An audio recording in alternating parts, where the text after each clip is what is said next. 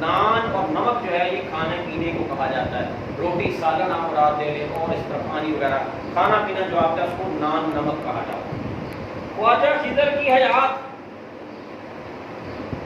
حضرت خضر علیہ السلام کو بعض لوگ نبی مانتے ہیں، بعض لوگ کہتے ہیں یہ اللہ کے ولی. اب وہ کہتے تھے کہ انہوں نے آب حیات کا پانی پیا ہوا ہے، ایسا چشمہ جس کا پانی پی کے بندہ مر ہی نہیں سکتا. یہ حقائق ہے، کہانی ہے، حالانکہ ہر زندہ چیز کو فوت ہونا ہے، جانا ہے.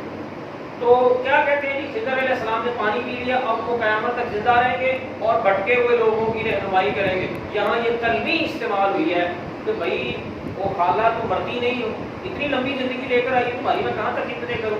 اب یہ جمن جو ہے اپنی خالہ کو پڑ گیا اور خالہ کو اس پہ غصہ. جامع سے باہر ہونا، شدید غصے میں آنا. اب خالہ غصے میں آ گئی، اس نے مجھے بات کی ہے مرنے کی. وبال مصیبت، وبال مصیبت. آگے ہے حقیر، معمولی یا کم تر، سستا نہیں کہہ سکتے ہیں، گھٹیا بھی کہہ سکتے ہیں. تصفیہ، حل، جسے آپ کہتے ہیں جی سلوشن، اس مسئلے کا کوئی سلوشن کریں جی، حل کریں. رسوخ کہتے ہیں اثر کو، کسی کا اثر، اپروچ اس کی بڑی ہے جی، اس کی بڑی ہے، اتھارٹی بڑی ہے جی اس کی. منطق کہتے ہیں صحیح دلیل. فریاد کرنا، گزارش کرنا. اندیشہ، خطرہ. قرب و جوار، آس پاس، یہ پہلے تو ہو چکا ہے. شرمندہ منت ہونا، احسان مند ہونا. دانش، علم یا واقفیت. گریہ زاری کرنا، رونا دھونا. خوبیے تقدیر، تقدیر کی خوش قسمتی. لاٹھی پٹک دی، لاٹھی غصے سے پھینک دی. بے رخی، لاپرواہی سے. ہانپ کر، گہرا سانس لے کر، گہرا سانس لے کر. تاک کر، نشانہ مارنا. تفسیر مطلب یہ کہ ایسا نشانہ مارنا جو اپنے نشانے پہ لگے، لیکن یہاں بر وقت اور کام کی بات کرنا، اس کو کہتے ہیں تاک کا نشانہ مارنا. آگے ہے جی پیڑ، پیڑ کہتے ہیں درخت کو. پھر ہے ٹاٹ. ایک تو وہ آپ کہتے ہیں اسکول پہ ٹاٹ ہے، لیکن ٹاٹ دری کو کہا جاتا ہے، زمین پہ بچھایا جانے والا کپڑا، دری. اور آگے ہے حاضرین، عوام یا حاضر لوگ جو ہیں. تو یہ دو صفحات کے صرف الفاظ روحانی ہیں.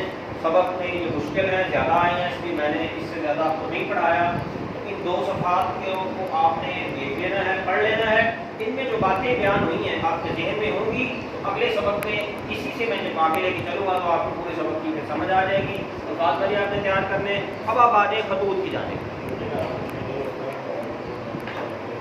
بڑے بھائی کے نام خط لکھیں، خیریت کی اطلاع میں تاخیر کی وجہ معلوم کرنے کے لیے. آپ کو بڑے بھائی کی طرف سے خط نہیں آیا، ان کی خیریت کا آپ پریشان ہو گئے ہیں اور آپ نے خط لکھا کہ بھیا آپ نے خط کیوں نہیں لکھا. اب لکھے کیا لکھا ہے؟ محترم بھائی جان السلام علیکم. باقی سارا کچھ آپ کو گھر سے گئے ہوئے 1 ماہ ہو گیا ہے، مگر آپ نے اپنی خیریت کا ایک خط بھی نہیں بھیجا. یعنی عام طور پہ ہوتا ہے کہ آپ کے جو ملنے والے ہیں کسی کام کے لیے دوسرے ملک جاتے ہیں، کہیں جاتے ہیں دوسرے شہر میں، تو پھر آپ انتظار کرتے ہیں کہ ان کی طرف سے کوئی خیر خیریت کا پیغام آ جائے.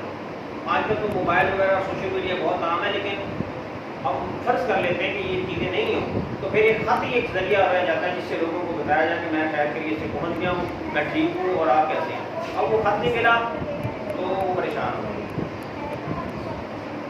والد صاحب اور صاحبہ، والدہ صاحبہ اور والد صاحب بہت پریشان ہیں، یعنی وہ پریشان ہیں. اللہ کرے آپ خیر و عافیت ہوں اور ہم لوگوں کو آپ کی یاد بے قرار کرتی رہے. اس کے بعد ہے چند روز قبل آپا جان آئی تھی، وہ بھی آپ کے بارے میں پوچھ رہی تھی، یعنی بڑی بہن کی بات کرتا. آج ہی وہ بھائی جان کے ساتھ اپنے گھر چلی گئی ہیں، یعنی اپنے خامن کے ساتھ. ننا جواد بھی آپ کو بہت یاد کرتا ہے، یہ بھانجا ہے ان کا. بسا اوقات آپ کی تصویر کارنس سے اتار لیتا ہے اور سارے گھر میں لیے پھرتا ہے. اگر آپ کا خیریت نامہ جلد نہ آیا تو ابا جان کو آیا سمجھیے، یعنی پھر ابا جان شہر آ جائے گی جہاں آپ رہتے ہیں. اور پھر ان کی خفگی، ناراضگی، آپ کی لہت و لال کہتے ہیں دیر کرنا، ٹال ٹول کرنا، یہ آفت بن جائے گی، مصیبت بن جائے گی. آپ ابا جان کو جواب نہیں دے سکیں گے کہ تم نے اتنی دیر سے خط نہیں لکھا. وہ آپ کا کوئی عذر قبول نہیں کریں گے. عذر کہتے ہیں بہانہ. بس خیریت اسی میں ہے کہ اپنی خیریت سے جلد مسئلہ فرمائیں. زیادہ آداب آپ کا بھائی.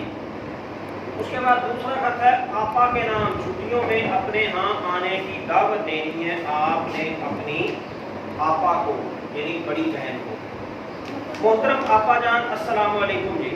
آپ کا خط موصول ہوا یعنی ملا. پڑھ کر حالات سے آگاہی ہوئی, حالات سے واقفیت ہوئی, حالات کا پتہ چلا. آپ کی خیریت معلوم کر کے سب خوش ہوئے اور آپ کی صحت اور سلامتی کے لیے دعائیں کی. اچھی آپا, آپ نے اپنی خیریت تو لکھی مگر دولہا بھائی کے متعلق کچھ نہیں لکھا. معلوم ہوتا ہے وہ دورے پر ہیں یعنی کسی کام کے سلسلے میں, اپنی نوکری کے سلسلے میں باہر گئے ہیں. اگر گھر پر ہوتے تو آپ ضرور لکھتے. اچھا تو اب جنید اسکول جانے لگا ہے یا نہیں؟ ملک کو قابل آدمیوں کی بے حد ضرورت ہے. خاندان اور قبیلے کا نام انہی سے روشن ہوتا ہے اور یہی روشنی تمام متعلقین کی آنکھوں کے نور کو بڑھاتی ہے. اب یہ جو اپنا بھانجا ہے اس کے بارے میں بات کر رہا ہے. موسم گرما کی چھٹیوں میں آپ ضرور تشریف لائیں یعنی ہمارے یہاں ملنے کے لیے. ان دنوں ہم سب بہن بھائی اکٹھے تعطیلات گزاریں گے یعنی چھٹیاں اکٹھے گزاریں گے. امی جان اور ابا جان کی بھی یہی تاکید ہے, لہذا آپ ضرور تشریف لائیں. زیادہ آداب. تو 2 خط میں نے آپ کو پڑھا دیے اور 2 پیجز پڑھا دیے. ان کی جو اہم باتیں تھیں پنچایت کے حوالے سے وہ میرا آپ کو بتا دیں. الفاظ کے معنی اچھے خاصے ہیں وہ آپ کو بتا بھی دی.